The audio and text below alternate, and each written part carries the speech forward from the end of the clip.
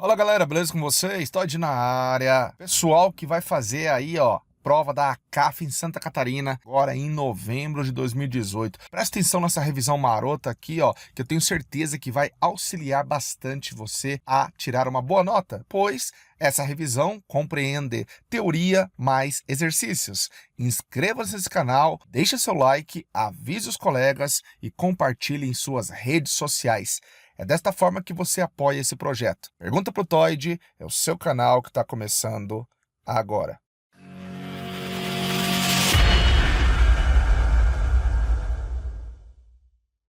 Então, pessoal, sem demora, vamos lá. A glicose é usada como combustível para a respiração celular. Em relação a este processo, marque como V as afirmações verdadeiras e com F as falsas.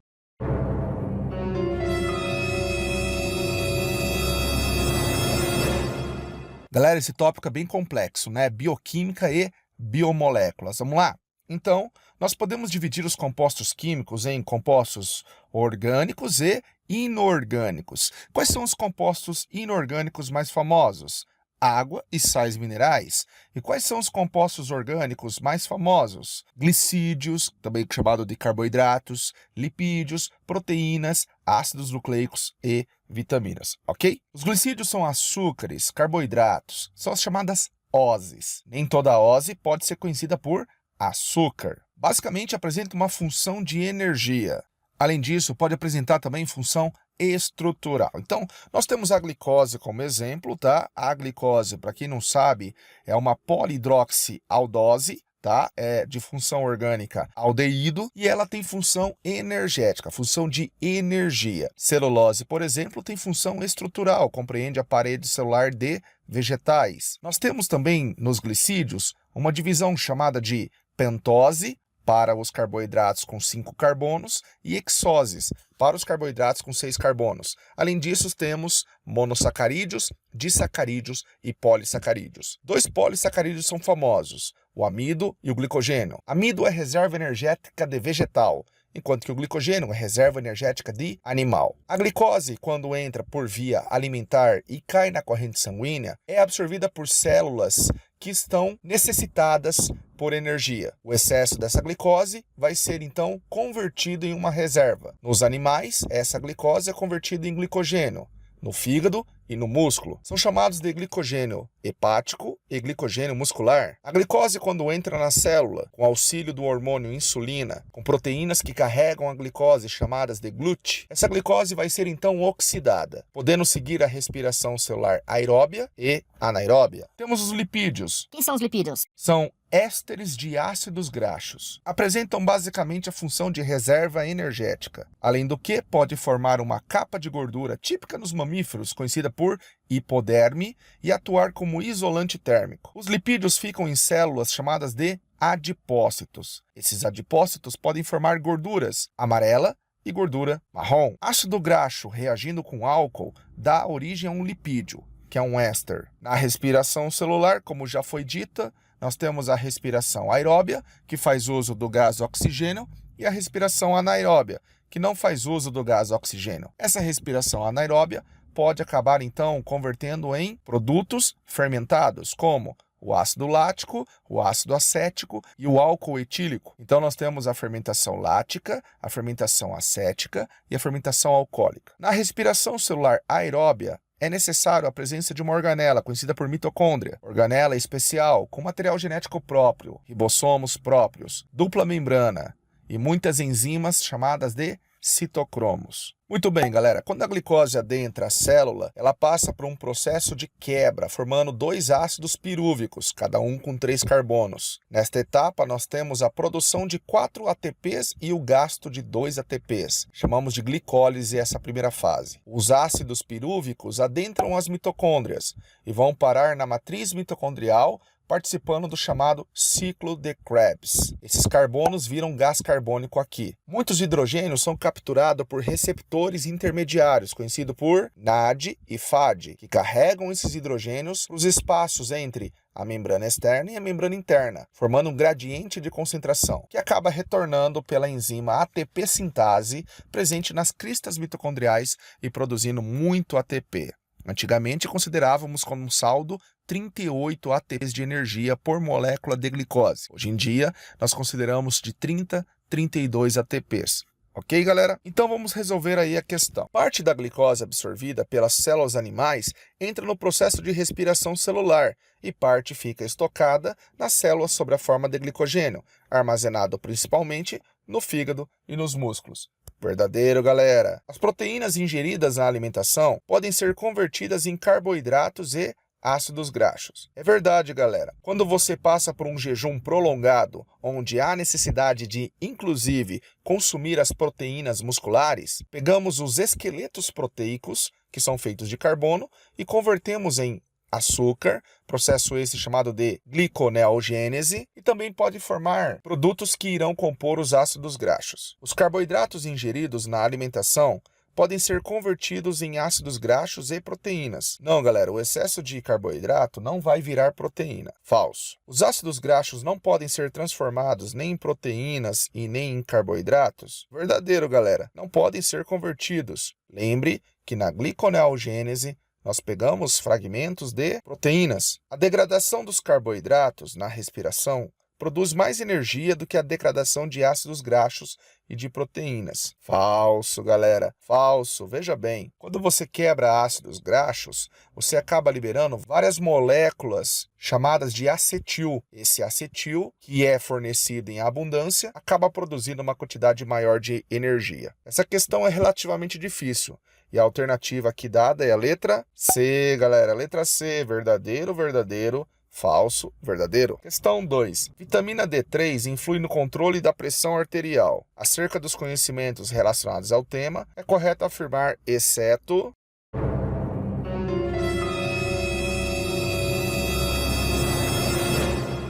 Então, galera, falar de vitamina significa as aminas da vida ou amina vital, que vem da palavra vitalidade, ok? As vitaminas não são fontes de energia, como muitos imaginam. Na verdade, atuam como cofatores de enzimas, acelerando o processo da atuação da enzima, aumentando o metabolismo. Além disso, as vitaminas também atuam como antioxidantes, impedindo a formação de radicais livres, que são substâncias formadoras de câncer e também de envelhecimento precoce. As vitaminas são divididas em lipossolúveis e hidrossolúveis. As lipossolúveis são as vitaminas K, A, D e E. Grave esse macete, KD. Já as vitaminas hidrossolúveis são vitaminas B e C, que precisam ser ingeridas diariamente, pois uma parcela é perdida significativamente na urina. Então, galera, a falta de vitamina A provoca uma doença chamada cegueira noturna ou xeroftalmia.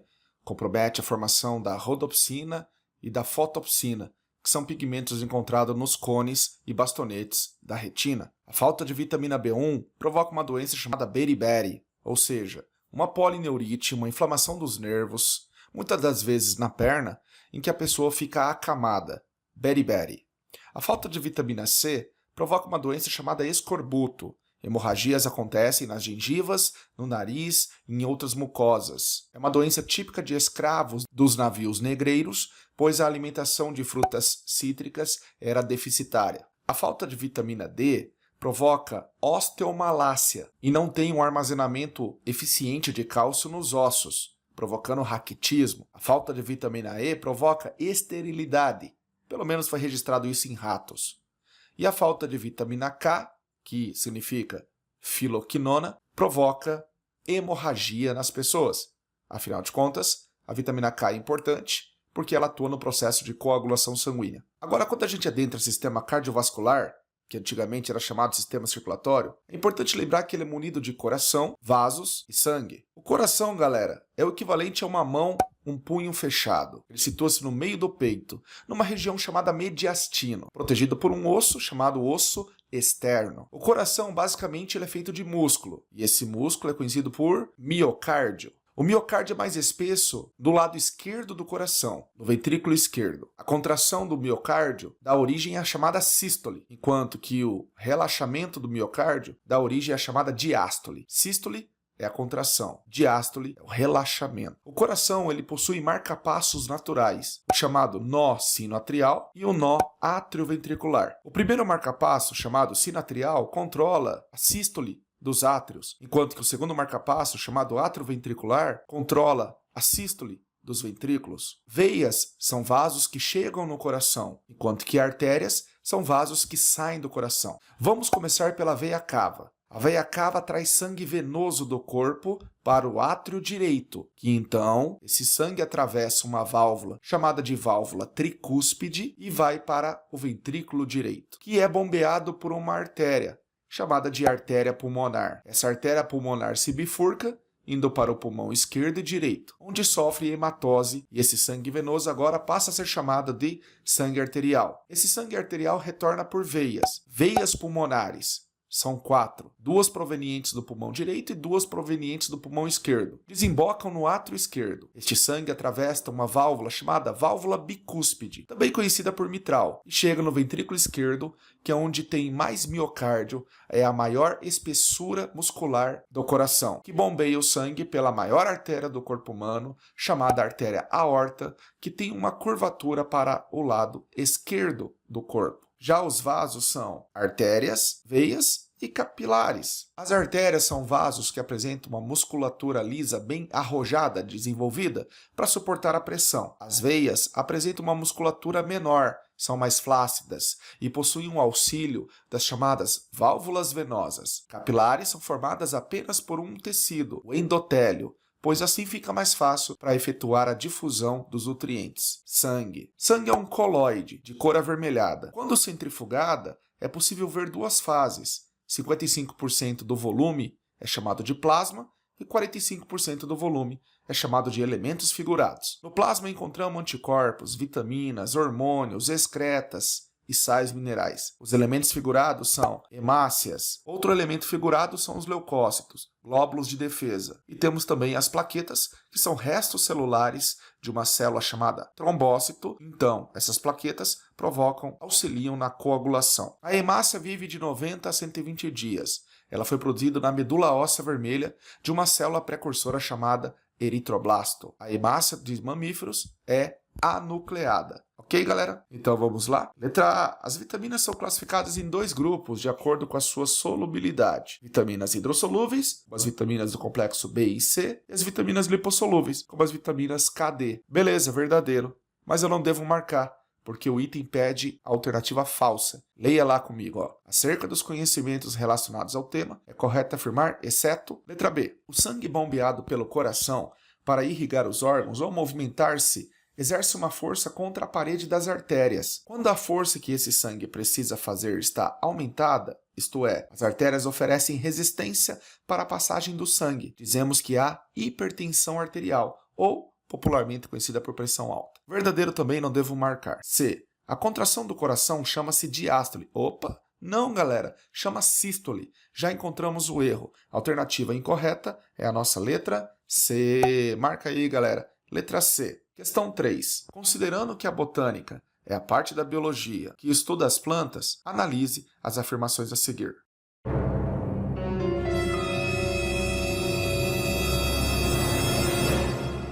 Muito bem, galera, esse tópico ele é bem amplo, bem complexo. Vamos falar de maneira mais geral, ok? Existem 4 grupos vegetais, beleza? Briófitas, pteridófitas, gimnospermas e angiospermas. Um representante de briófita, musgo. De pteridófita, samambaia. De gimnosperma, o pinheiro do Paraná. E de angiosperma, diversas, como por exemplo o pau-brasil. Briófitas e pteridófitas são chamadas de vegetais inferiores. Dependem da água para a reprodução, pois o gameta masculino, chamado anterozoide, ele nada em busca do gameta feminino, chamado oosfera. Já as gimnospermas e as angiospermas são chamadas de vegetais superiores. Não dependem mais da água para a reprodução, pois produzem grão de pólen, e esse grão de pólen acaba formando o tubo polínico, que vem substituir o papel da gota da chuva para conduzir o gameta masculino. Aliás, o gameta masculino nos vegetais superiores é conhecido por núcleo espermático. Vegetais inferiores, como briófitas e pteridófitas, não produzem flores, são criptógamas.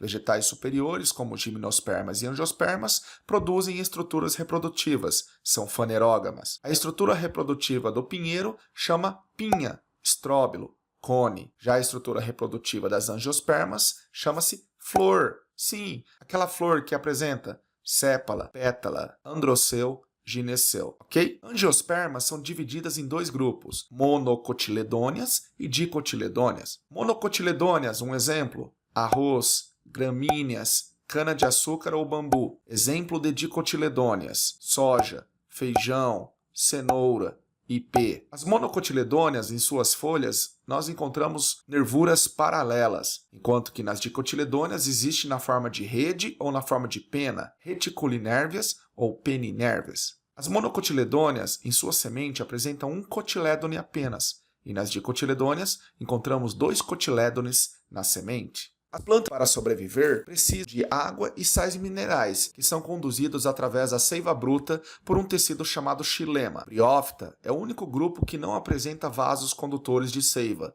Briófitas são avasculares. De Pteridófitas em diante, nós vemos xilema e floema. Xilema transporta a seiva bruta, é um tecido morto adulto. Floema transporta a seiva elaborada, é um tecido vivo e adulto. Falando em tecidos adultos, eles advêm de tecidos jovens, embrionários, com alta divisão celular, chamados de meristemas. O meristema primário é responsável pelo crescimento em altura da planta, e o meristema secundário é responsável pelo crescimento lateral das plantas. Então vamos analisar as afirmações a seguir. 1. O fruto é uma estrutura presente nas gimnospermas e angiospermas? Falso, galera. Gimnospermas correspondem semente nua. É o pinhão.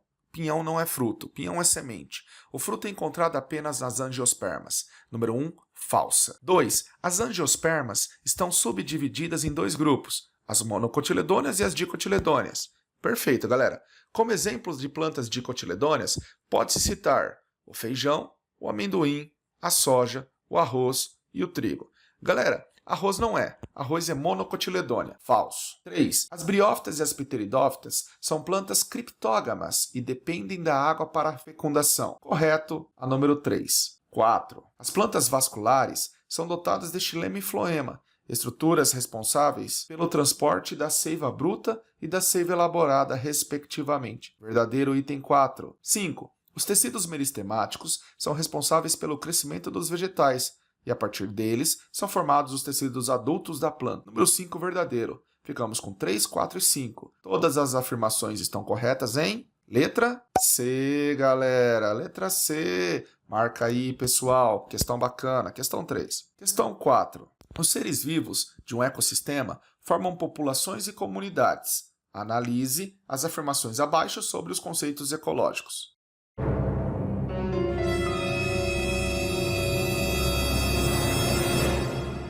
Ok, galera, falar de ecologia é falar do estudo da casa, a hipótese da deusa Gaia. Quem que é a deusa Gaia? Corresponde ao próprio planeta Terra, pois ele atua como se fosse um ser vivo. A deusa Gaia também é conhecida por Mãe Natureza. Dentre os conceitos ecológicos, nós temos população e comunidade como níveis ecológicos. População é a reunião de indivíduos de uma mesma espécie localizado numa mesma área e no mesmo tempo. Isso chama população. Já a comunidade, que tem como sinônimo biocenose, é a reunião de diversas populações. É esta imagem que você vê aí no tablet. De qualquer maneira, diferentes espécies estão reunidas numa mesma área e no mesmo tempo cronológico. Seres vivos nós podemos dividir em 3 categorias: os produtores, consumidores e decompositores. Produtores são as plantas e as algas, fotossintetizantes e algumas bactérias que fazem a quimiossíntese. Já os consumidores são subdivididos em herbívoros, carnívoros e onívoros. Herbívoros comem produtores, plantas, exemplo a vaca.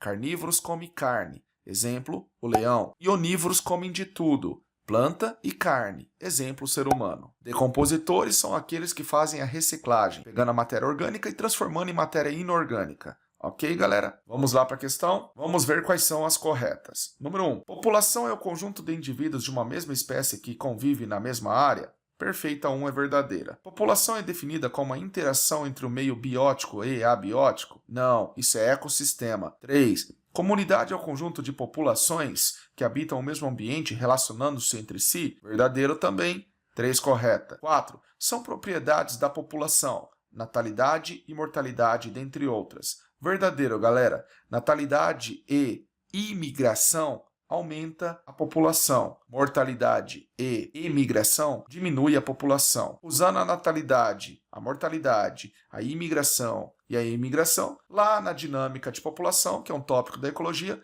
você consegue calcular o índice de crescimento populacional. 4 correta. 5. A comunidade, o local físico ocupado pelos indivíduos de uma ou mais espécies? Não, galera. Local físico, não. Comunidades são seres vivos, não é o meio. Portanto, ficamos como corretas a número 1, a número 3 e a número 4. Resposta, então, é a letra A, galera. Marca a letra A. Questão 5 e última. Estado de saúde das siamesas é estável. Considerando os conceitos relacionados ao tema, é correto afirmar, exceto...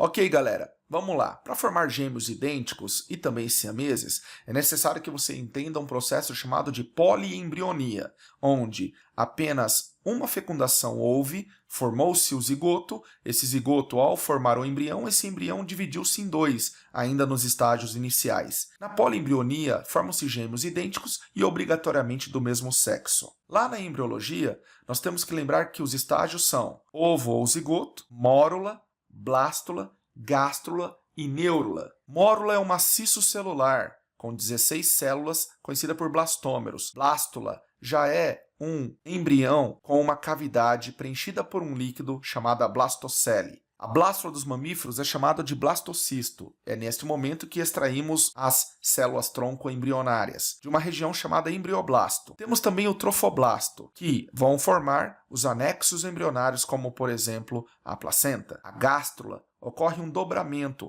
formando folhetos embrionários, como a ectoderme, a endoderme e a mesoderme, além de formar uma abertura chamada blastóporo e um intestino primitivo conhecido por arquêntero. A neurula forma o tubo neural e a notocorda. Tubo neural dá origem ao sistema nervoso central e a notocorda vai auxiliar como um bastão de sustentação do embrião, sendo substituída posteriormente pela coluna vertebral. Dentre os anexos embrionários, vamos falar da placenta. Placenta, ele vem de tecidos da mãe e tecidos do embrião. É um órgão materno-fetal, na qual não há mistura de sangue, porque existe uma barreira chamada barreira hematoplacentária. Mas temos a transfusão de nutrientes, a remoção de excretas, a transfusão de hormônios e a defesa através dos anticorpos. Ok? Quando a mulher está grávida, as vilosidades coriônicas da placenta produzem um hormônio chamado beta-HCG. Vamos lá, então? Letra A. A bolsa amniótica é um anexo embrionário de estrutura membranosa com origem ectodérmica, que envolve todo o concepto. Nela, acumula-se gradativamente um líquido, no qual fica mergulhado o embrião. Galera, alternativa A, correto. Só um cuidado. Na verdade, a bolsa amniótica não tem origem ectodérmica, e sim ela tem origem blastodérmica. B. Após a fecundação, a célula ovo ou zigoto inicia a segmentação ou clivagem, certo? Em zigotos provenientes de óvulos heterolécitos, como os anfíbios, a segmentação é total desigual. Perfeito, galera, apesar que eu não falei. C. A formação de siameses ocorre somente entre gêmeos idênticos, univitelinos, que se originam de um único óvulo fertilizado por 2 espermatozoides. Absurdo! Nunca tu encontrará um óvulo sendo fecundado por 2 espermatozoides. E vários vestibulares vão tentar te induzir ao erro, ok? Portanto, a alternativa incorreta é a letra C. Letra C, galera, marca aí. É isso aí, galera. Eu espero que você tenha gostado dessa aula, essa aula bacana, essa revisão para a CAF agora, segundo semestre de 2018. Desejo a vocês um sucesso. Não se esqueça de se inscrever nesse canal, é muito importante. Avise os colegas e compartilhe. Beijo para vocês. Tchau, galera.